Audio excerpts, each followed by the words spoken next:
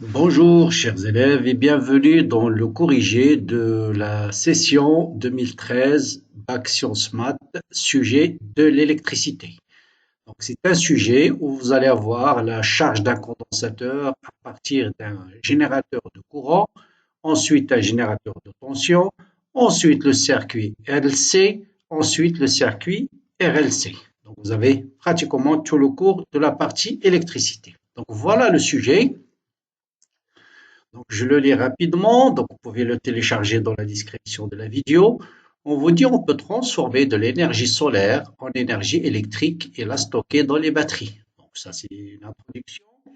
L'essentiel ici, vous avez un panneau solaire, il est là. Voilà le panneau solaire. Lorsqu'il est exposé au soleil, il se comporte comme un générateur idéal de courant. Donc, il va fournir un courant constant et zéro. Tant que la tension entre ces bornes est inférieure à une tension maximale. Donc, tant que U est inférieur à Umax, il doit fournir ce courant maximal. Myriam a réalisé le montage représenté sur cette figure-là, qui comporte un condensateur de capacité 0,1 farad, une résistance de 10 ohms et un interrupteur K. À l'aide de dispositifs d'acquisition, Myriam a visualisé la tension au bord du condensateur, ici, en basculant l'interrupteur 3 fois. Une fois en position 3, une fois en position 2, une fois en position 1. Et il a obtenu les courbes suivantes. A, B, C. Question. Associer chacune des parties du graphe à la position correspondante de l'interrupteur. C'est-à-dire, la courbe A, est-ce qu'elle correspond à l'interrupteur en position 1, en position 2, en position 3, et ainsi de suite pour les courbes B et C.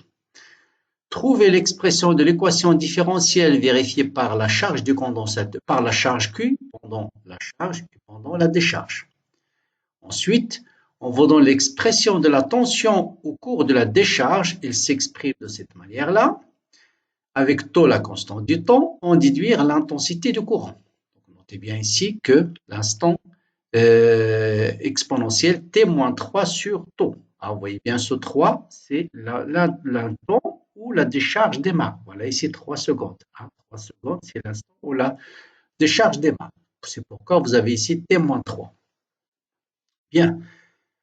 Question, charge du condensateur au moyen d'un échelon de tension. Donc là, c'est des questions classiques. On vous dit maintenant, Ahmed va réaliser un montage représenté sur la figure 3 pour charger le condensateur précédent, toujours sous une tension de 2,25 volts. Vous voyez bien, sur la tension Imax qui est 2,25.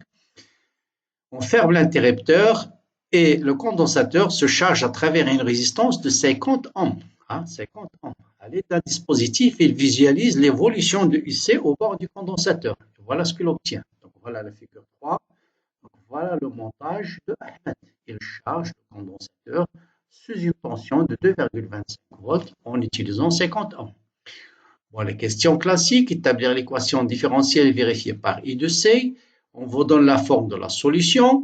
À l'aide de la courbe, déterminer les constantes A et B, trouver l'intensité de courant et dessiner l'allure de I en fonction du temps. Ensuite, calculer la valeur de R0. Quelle est la valeur de R0 que doit utiliser pour que son condensateur se charge en même temps que le condensateur qu'a utilisé Myriam dans l'expérience précédente.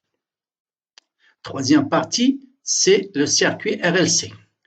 Dans la première partie, on va considérer la résistance nulle. Donc, vous avez un circuit LC, c'est un circuit oscillant. On va établir l'équation différentielle vérifiée par I de C. On va donner la forme de la solution, trouver T0, les questions classiques, calculer la valeur de L à partir de la courbe, bien sûr. Ensuite, on considère R différent de 0, détermine l'équation différentielle et trouver l'expression de la dérivée de l'énergie par rapport au temps en fonction de la résistance et du courant. Voilà, ça c'est vraiment des questions purement de cours. Bien. Ceux qui n'ont pas encore fait la recherche, je vous conseille de bloquer la vidéo ici. Allez-y faire votre propre recherche avant de poursuivre le corrigé. Bien. Donc voilà la courbe, voilà les dispositifs expérimentaux. Donc vous avez 3 positions de l'interrupteur. Position 1, position 2, position 3. pendant le courbe A, qui correspond à quoi? À une tension I de C qui augmente de façon linéaire, de façon linéaire en fonction du temps. Ça veut dire que le condensateur se charge sous un générateur de courant, parce que la tension, c'est une droite en fonction du temps. Ça veut dire tout simplement l'interrupteur correspond à la position 3. Bien. Ensuite, dans la courbe 2, la tension I de C égale à une constante. Ça veut dire le condensateur, pour que sa tension soit constante, il faut qu'il soit isolé, ni en charge, ni en décharge. Ça veut dire la position 2. Donc B correspond à la position 2. Et pour la position 3, c'est une décharge d'un condensateur. Donc bien sûr, c'est la position 1. Le condensateur va se décharger à travers la résistance. Donc voilà, 3 cas en position 3 pour la courbe A, en position 2 pour la courbe B et en position 1 pour la courbe C. Bien.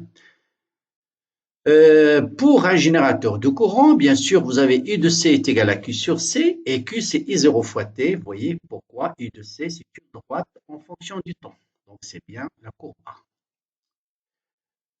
Maintenant, on vous dit de déterminer, on veut déterminer I0. Bon là, il suffit de déterminer la pente de cette courbe. Si on trace I de C en fonction du temps, la pente c'est I0 sur C. La pente, G. Donc, la pente de cette droite, c'est combien? C'est 2,25 divisé par 1,5. Et ça vous donne 1,5 volts par seconde.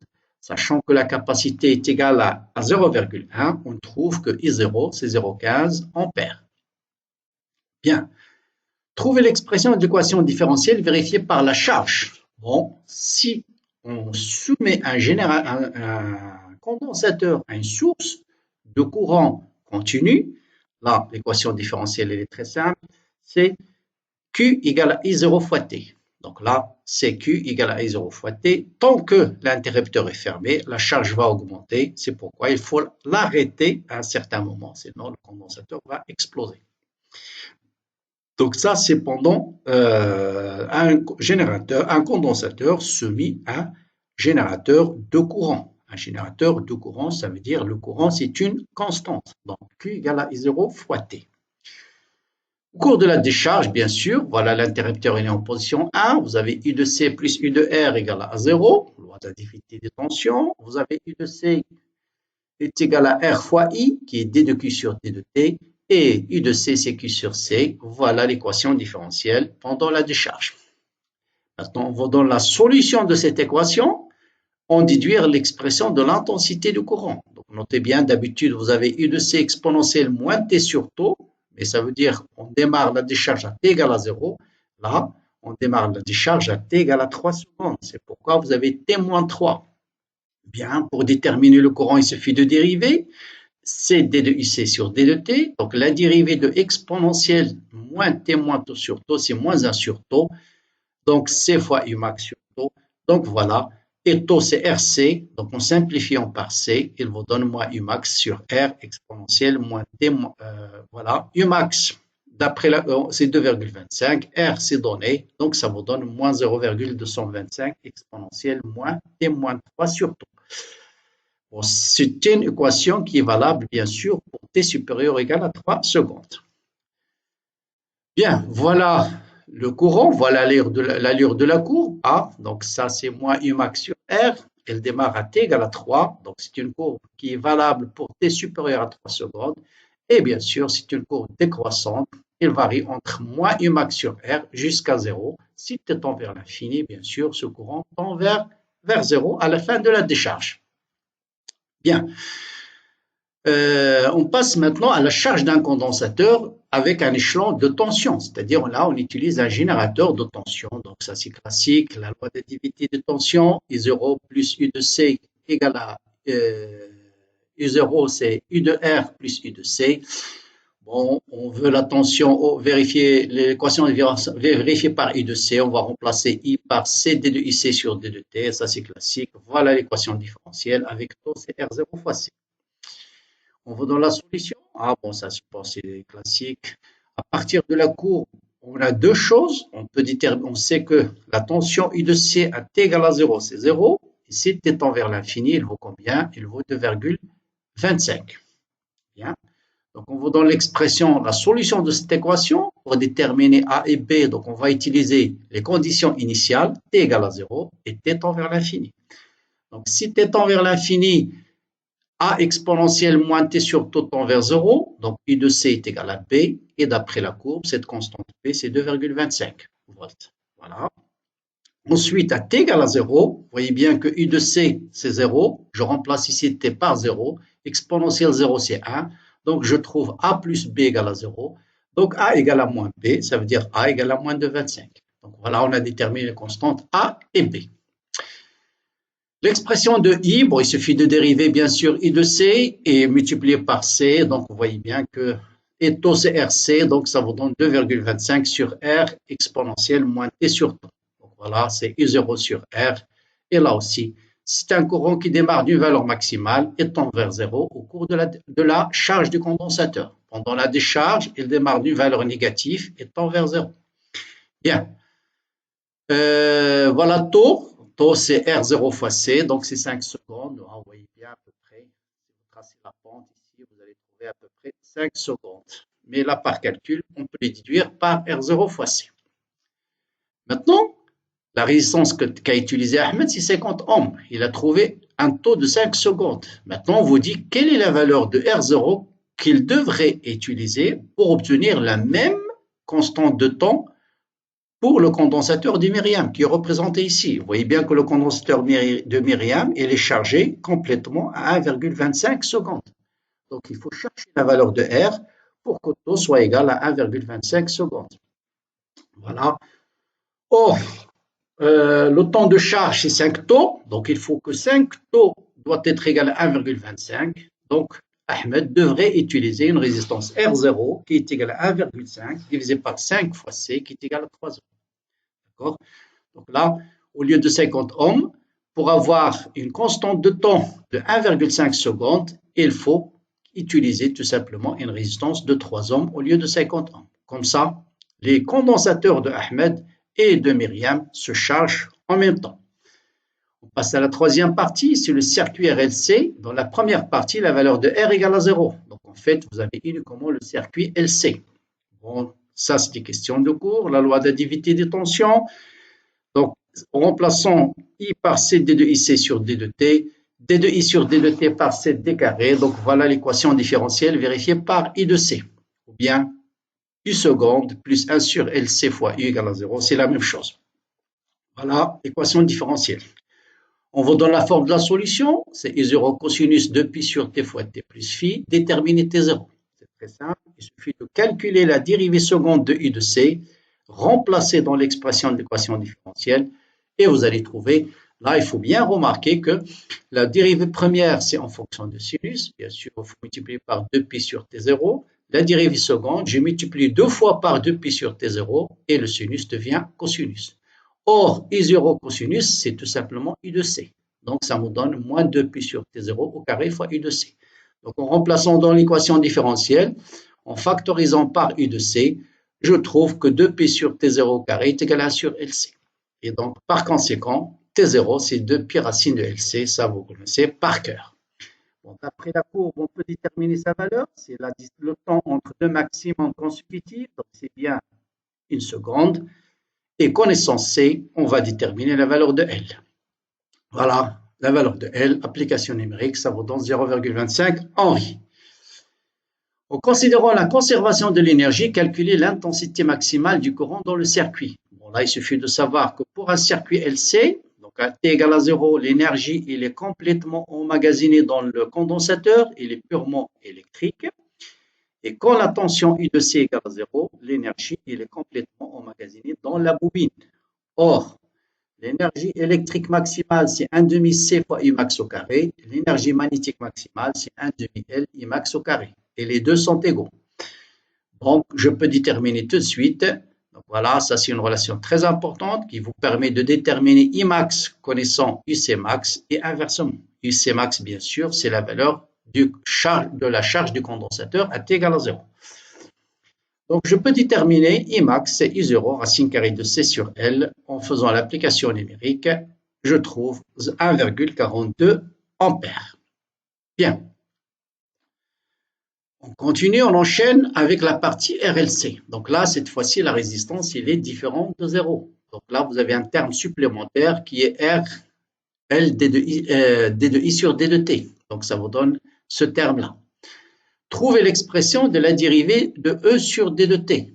Donc d'abord, pour déterminer l'équation différentielle, bien sûr, on obtient, bon là, on vous donne l'équation différentielle, mais on peut le déterminer, bien sûr, par la loi d'additivité de tension. Donc, pour déterminer, exprimer la dérivée de l'énergie en fonction de R et de I, il suffit de dériver l'expression de l'énergie, qui est la dérivée énergie électrique plus l'énergie magnétique, ou bien l'énergie emmagasinée dans le condensateur plus l'énergie emmagasinée dans la bobine. Or, l'énergie, donc je dérive U de C, c'est C D de I,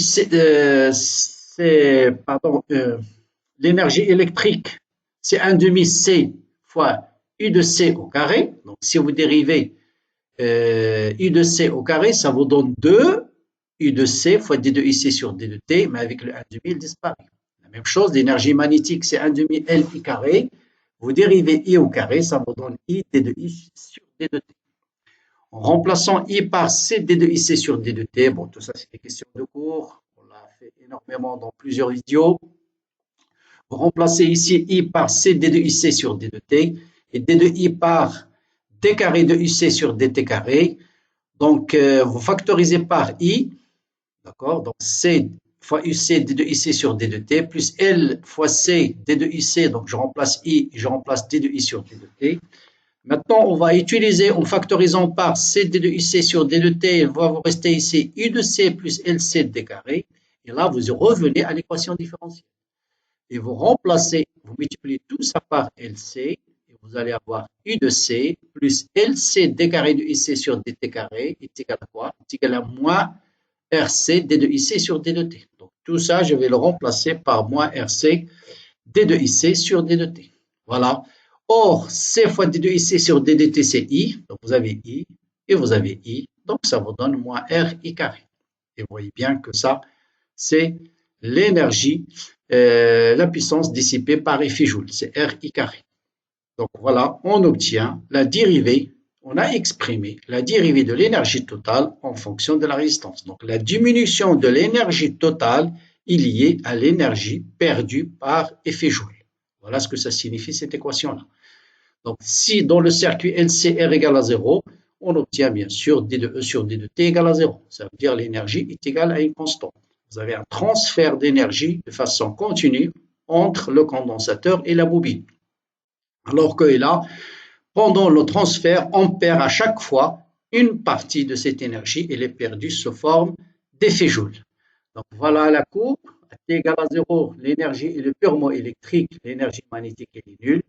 Et au fur et à mesure que le temps augmente, l'énergie diminue jusqu'à tendre vers 0 parce que vous avez l'existence de la résistance. Donc voilà, pour se corriger, que j'ai oublié de mettre sur la chaîne, comme d'habitude, si ce sujet-là vous apporte des informations supplémentaires, n'hésitez pas à le partager avec vos amis, le commenter, le liker bien sûr. Et je vous souhaite, comme d'habitude, bon courage, bonne continuation et à très bientôt pour une autre contribution.